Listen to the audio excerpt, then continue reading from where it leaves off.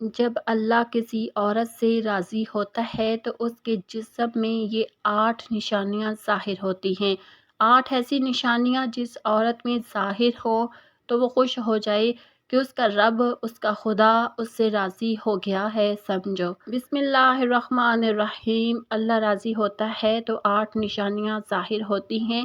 اللہ کی اپنے بندے سے محبت کی نشانیاں۔ اگر کسی میں ایک نشانی بھی ظاہر ہو جائے تو سمجھ لینا کہ اللہ اس سے محبت کرتا ہے۔ ساتھ ہی آپ کو بتائیں گے کہ حضرت علی رضی اللہ تعالیٰ عنہ نے فرمایا کہ عورت کو گالی دینا کیسا ہے اور اس کے ساتھ مار پیٹ کرنا کیسا ہے، اس گھر میں کیا ہوتا ہے۔ محترم ناظرین، سب سے پہلی نشانی، اللہ پاک جس کو دین کی سمجھ عطا فرماتا ہے، دین سے جوڑ دیتا ہے تو اسے اپنا محبوب بنا لیتا ہے۔ حضرت عبداللہ ابن مسعود رضی اللہ تعالیٰ عنہ سے مروی ہے کہ رسول اللہ صلی اللہ علیہ وسلم نے فرمایا کہ اللہ پاک تمہارے درمیان اخلاق کو بھی تقسیم کرتے ہیں جس طرح رزق کو تقسیم کرتے ہیں۔ اللہ پاک دنیا اس کو بھی دیتے ہیں جو اللہ پاک کا پیارا ہو یا نہ ہو۔ اللہ پاک دین کی سمجھ اس کو دیتے ہیں جو اللہ پاک کا محبوب ہوتا ہے۔ دنیا کی محبت، قرآن کی محبت، اللہ پاک کی محبت، اللہ کے ذکر سے محبت، رسول اللہ صلی اللہ علیہ وسلم پر درود و سلام بھیجنے کا شوق اور تڑپ، یہ وہ چیزیں ہیں جو اس بات کی نشانی ہے کہ اللہ نے اسے بہت پیارا بنا لیا ہے۔ دوسری نشانی، رسول اللہ صلی اللہ علیہ وسلم نے فرمایا اللہ جسے اپنا بناتا ہے تو پھر اس پر تھوڑی سی آزمائش بھی ڈالتے ہیں، یعنی اللہ پاک دیکھنا یہ چاہتے ہیں کہ یہ میرا بندہ میرے فیصلے پر راضی ہوتا بھی ہے یا نہیں۔ جو راضی ہو جائے اللہ پاک اسے دنیا میں بھی راضی کرتے ہیں اور آخرت میں بھی راضی کریں گے۔ جو اس وقت برا کلام کا شکار ہو جائے، یہ کیا ہو گیا میرے ساتھ، میں تو نماز بھی پڑھتا ہوں، قرآن کی تلاوت بھی کرتا ہوں، پھر بھی مجھے بخار کیوں آ گیا، میں تو دین کا پابند ہوں، پھر مجھے کیوں فکر ہو رہی ہے۔ تو ایسا نہیں سوچنا چاہیے۔ حضرت بلال حبشی رضی اللہ تعالیٰ عنہ سے کسی نے پوچھا کہ آپ تو بڑی توحید کی باتیں کرتے ہیں، تو آپ کو اتنی بری طرح سے مار کیوں پڑی ہے؟ تو آپ رضی اللہ تعالیٰ عنہ نے فرمایا کہ تم بھی تو بازار جا کر برتن خریدنے سے پہلے اسے بجا بجا کر دیکھتے ہو کہ مٹی صحیح طرح سے لگی ہے یا نہیں، بس اللہ نے بھی مجھے آزمایا تھا۔ اس کے بعد یہی وہ غلام تھا جس کا رنگ بھی کالا تھا، موٹے موٹے دانت تھے، جس کے بارے میں اللہ کے پیارے رسول حضرت محمد صلی اللہ علیہ وسلم فرماتے ہیں کہ جب بھی میں جنت میں جا رہا تھا، جب مجھے معراج کروائی گئی تو آگے آگے کسی کے چلنے کی آہٹ سنائی دی۔ میں نے حضرت جبرائیل علیہ السلام سے پوچھا کہ یہ کون ہے؟ جواب ملا یہ بلال حبشی ہے جو آپ کے آگے آگے چل رہے ہیں۔ حضور پاک صلی اللہ علیہ وسلم جب واپس آ گئے تو حضرت بلال رضی اللہ تعالیٰ عنہ سے پوچھا کہ تم کون سا عمل کرتے ہو؟ تو حضرت بلال حبشی رضی اللہ تعالیٰ عنہ نے فرمایا کہ آپ نے ہی تو فرمایا تھا کہ ہر وقت باوضو رہنا، تو میں ہر وقت باوضو کی حالت میں رہتا ہوں، اور جب بھی وضو ٹوٹ جاتا ہے تو اسی وقت نیا وضو کر لیتا ہوں، اور جب وضو کرتا ہوں تو تب 2 رکعت نماز بھی پڑھ لیتا ہوں۔ چلتے زمین پر ہیں اور قدموں کی آہٹ جنت میں سنائی دیتی ہے۔ تو آزمائش اللہ پاک کی محبت کی دوسری نشانی ہے۔ اسی لیے اگر کوئی فکر یا پریشانی میں ہو، اس کا مطلب یہ نہیں ہوتا کہ پتہ نہیں کہ مجھے کیا ہو گیا۔ اللہ پاک اپنے پیاروں کو ہی آزماتا ہے۔ تیسری نشانی تو بہت ہی خوبصورت نشانی ہے جس سے پتہ چل سکتا ہے کہ اللہ پاک اس سے راضی ہے اور ہم سے محبت کرتے ہیں یا نہیں۔ اللہ پاک جب کسی بندے سے محبت کرتے ہیں نا تو اس کی طرف خوبصورت بلائیں لاتے ہیں۔ حدیث میں آتا ہے کہ جب اللہ پاک کسی سے محبت کرتے ہیں تو اللہ حضرت جبرائیل علیہ السلام کو فرماتے ہیں کہ اس کے بعد آسمانوں میں زلزلہ آ جاتا ہے، سب فرشتے بے ہوش ہو جاتے ہیں، اور پھر جب اللہ کے حکم سے جب ہوش میں آتے ہیں تو سب سے پہلے حضرت جبرائیل علیہ السلام کو اجازت ہوتی ہے تو حضرت جبرائیل علیہ السلام سوال کرتے ہیں کہ ہمارے رب نے کیا فرمایا ہے، اور اس کے بعد خود ہی کہتے ہیں اللہ نے جو بھی فرمایا ہوگا وہ حق فرمایا ہوگا۔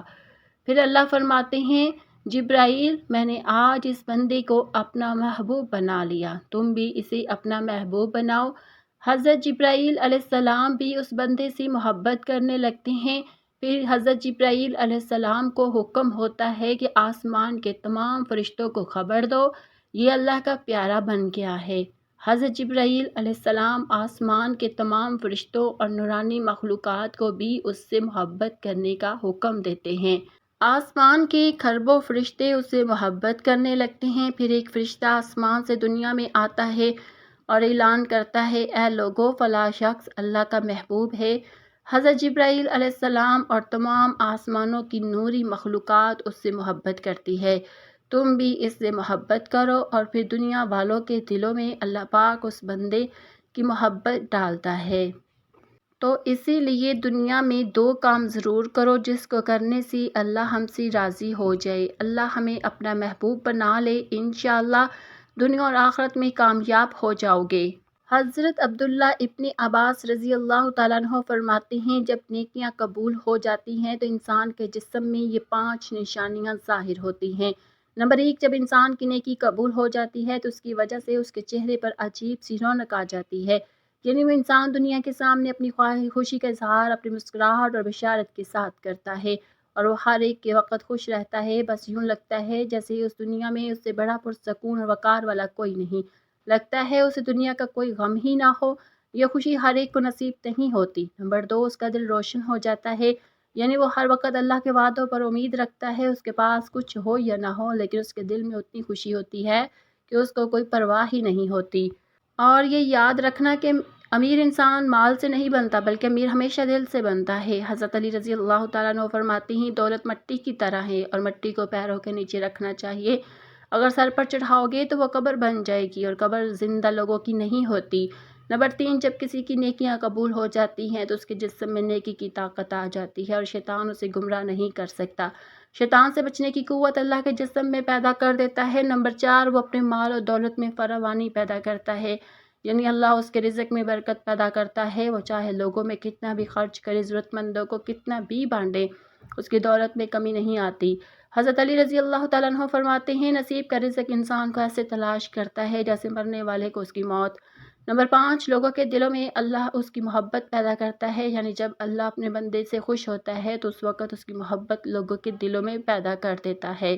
محترم ناظرین، اب آپ کو بتاتے ہیں عورت کی ذمہ داریاں۔ حضرت علی رضی اللہ تعالیٰ عنہ فرماتے ہیں، عورت کی سب سے بڑی ذمہ داری کیا ہے؟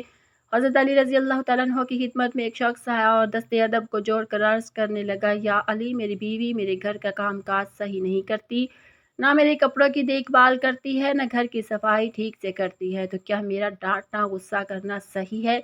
بس یہ کہنا تھا تو حضرت علی رضی اللہ تعالیٰ عنہ نے فرمایا، اے شخص، کس نے کہا کہ تمہاری بیوی پر تمہارے گھر کا کام واجب ہے؟ یاد رکھنا، اسلام نے عورت کی عزت کو جتنا بلند کیا ہے اتنا کسی مذہب نے نہیں کیا۔ میں نے اللہ کے رسول صلی اللہ علیہ وسلم سے سنا ہے کہ عورت کی سب سے بڑی ذمہ داری یہ ہے کہ وہ اپنی اولاد کی اچھی پرورش کرے اور وہ اپنی اولاد کا خیال رکھے۔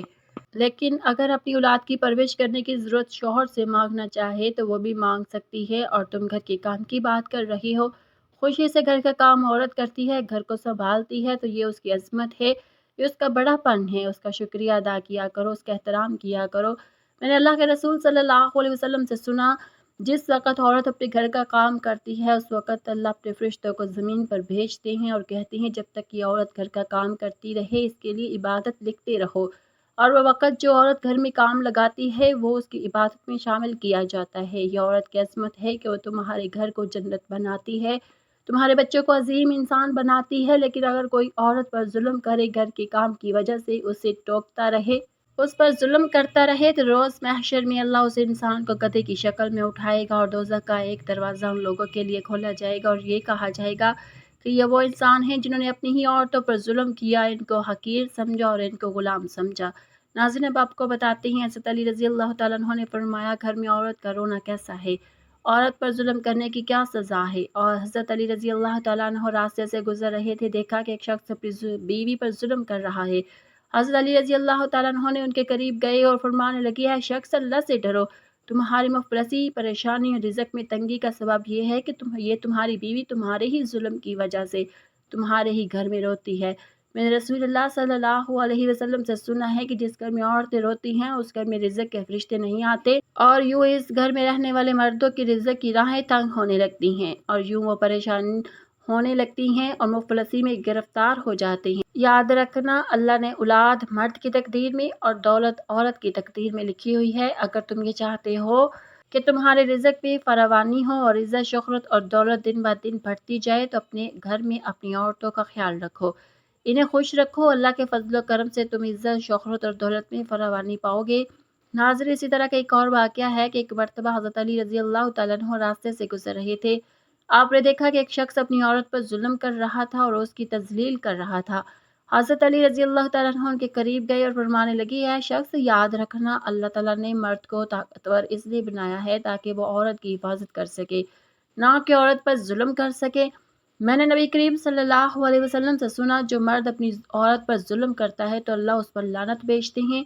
تو اس نے کہا، یا علی، یہ میرے نکاح میں ہے، میں اس سے جو بات کہتا ہوں یہ میری بات نہیں مانتی۔ تو حضرت علی رضی اللہ تعالیٰ عنہ نے فرمایا کہ نکاح کا مطلب یہ نہیں کہ تم نے اپنے لیے غلام خریدا ہے، بلکہ نکاح کا مطلب یہ ہے کہ تم نے اپنی بیوی کو نسل بڑھانے کے لیے اس عورت سے مدد طلب کی ہے اور تمہاری اولاد کی اچھی تربیت کے لیے اس عورت کو چنا ہے۔ ایسا شخص جس سے بے دلی کو سمجھتے ہوئے جو اس سے مدد لی جائے اس کو غلام نہیں سمجھتے، اور جو تمہاری اولاد کو پروان چڑھائے اسے حقیر نہیں سمجھتے، بلکہ تمہیں تو اس کا شکر گزار ہونا چاہیے۔ یاد رکھنا، عورت پر ظلم کرنے کا مطلب یہ ہے کہ اولاد کی بغاوت۔ آنے والے وقت میں جو اولاد اس عورت کے جسم سے تمہیں نصیب ہوگی تو اس کے باوجود میں تمہارے لیے بغاوت ہی بغاوت ہوگی۔ اللہ تعالیٰ سے دعا ہے کہ اللہ تعالیٰ ہمیں دین حق پر چلنے کی توفیق عطا فرمائے اور ہماری اولاد کو رحمت بنائے۔ آمین ثم آمین۔